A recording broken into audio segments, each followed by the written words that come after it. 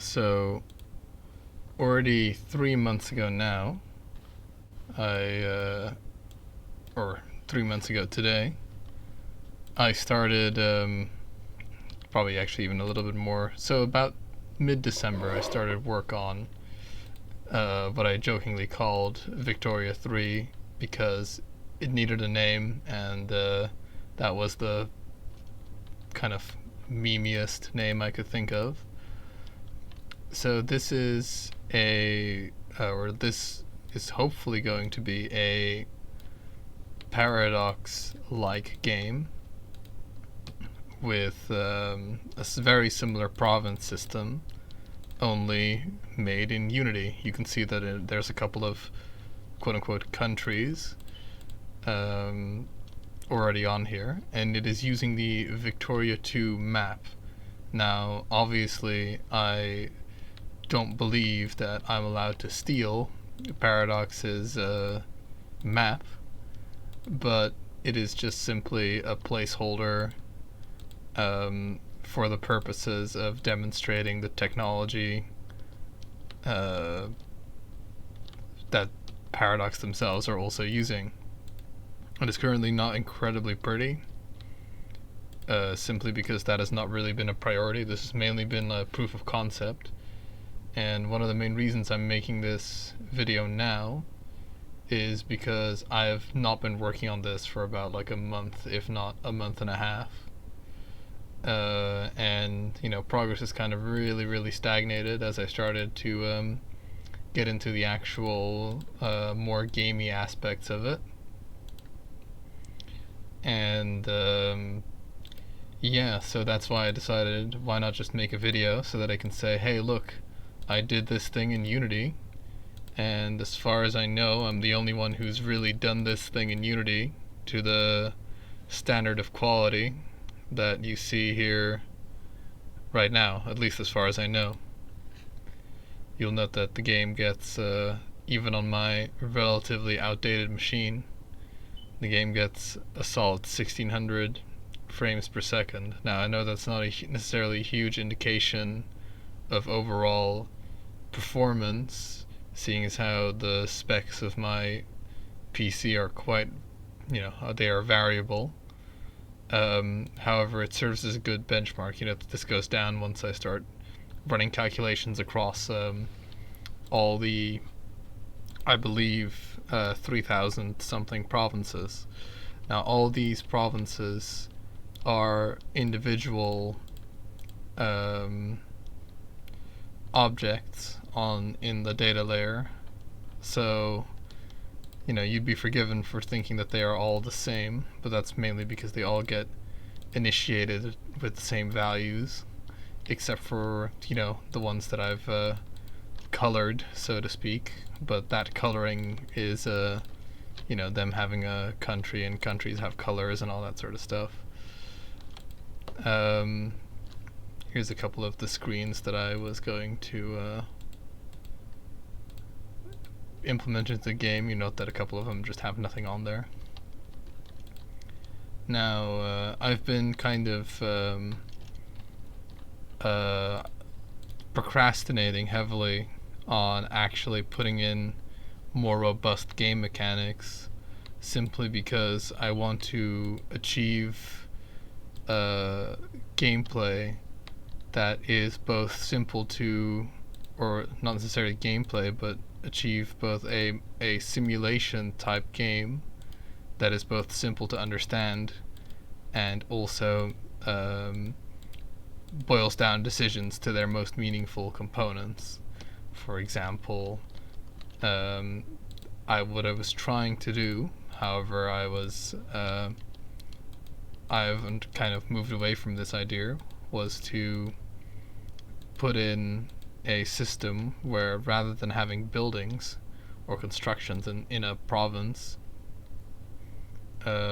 you would simply have an industry score, and based on the resources that a region has, it would divide the production, so to speak, between those resources. So if you had an industry of 2 and you had oil and grain, you'd produce 1 oil and 1 grain. If you had 2 industry and only grain as a resource, you'd produce 2 grain. Now, this system, when I was starting to work it all out in my head, turned out to be far more confusing and limiting than I had initially hoped. And seeing as my aims for this game are to really portray a sort of top level view of running a country, I needed it to be a little bit more flavorful, and to simply have just one industry score would make it too abstract. So I'm going to use buildings. You see that there's a building list which is nice and empty now, with that not necessarily being implemented yet. Now this government screen is kind of somewhat the stats here are kind of somewhat based on Stellar Monarchy, who have a somewhat similar system.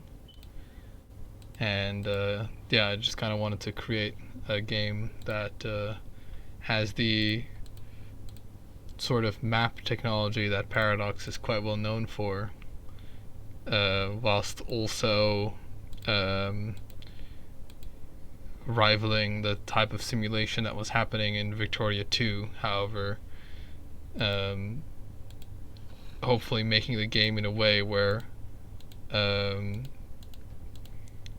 the shortcomings of the AI do not necessarily matter, as it'll be more event-driven gameplay where the player is making important decisions every couple of turns, rather than trying to do something like microing or making a whole collection of micro decisions that might not necessarily be that interesting. For example, that's why you might have a building list, but I don't necessarily want the player to be able to choose a specific building to build, or I would like that to be controlled by the AI itself, with the player only being able to pass legislation or affect the budget, and therefore indirectly affect what type or what kind of buildings or the volume of buildings being built, as this is much more of an interesting position to put the player in, as giving people direct control of these things is not only very distracting, but also not necessarily what I believe strategy to be all about, as I believe that a strategy game should be about making context-based strategic decisions. And if you, for example, have the ability to just build whatever building you want at any time, you'll always just choose the best building for the time, and that's not really a decision that is interesting. So just to give like a sort of example of a situation, if you, for example, have a province that is rich in iron, and you want to increase your iron output, you just build 10 iron mines or something at like a cost. That is not a particularly interesting strategic decision, in my opinion.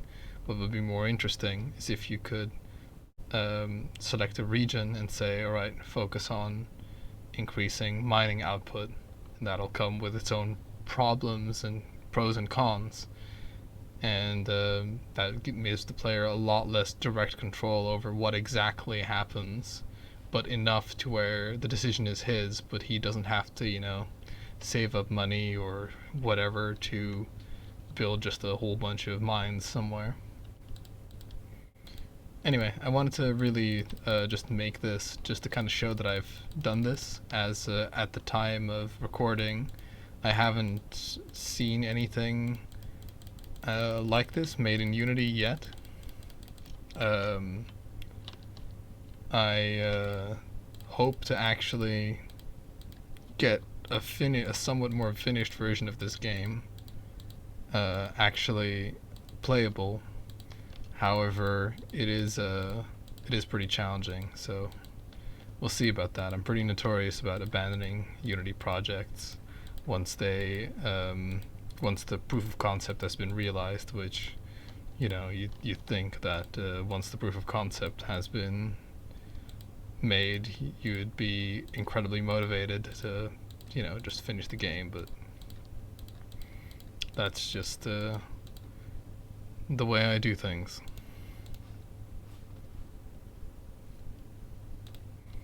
Anyway, I feel like this is enough of a update for what this is supposed to be, and I'm gonna end the stream now. Goodbye.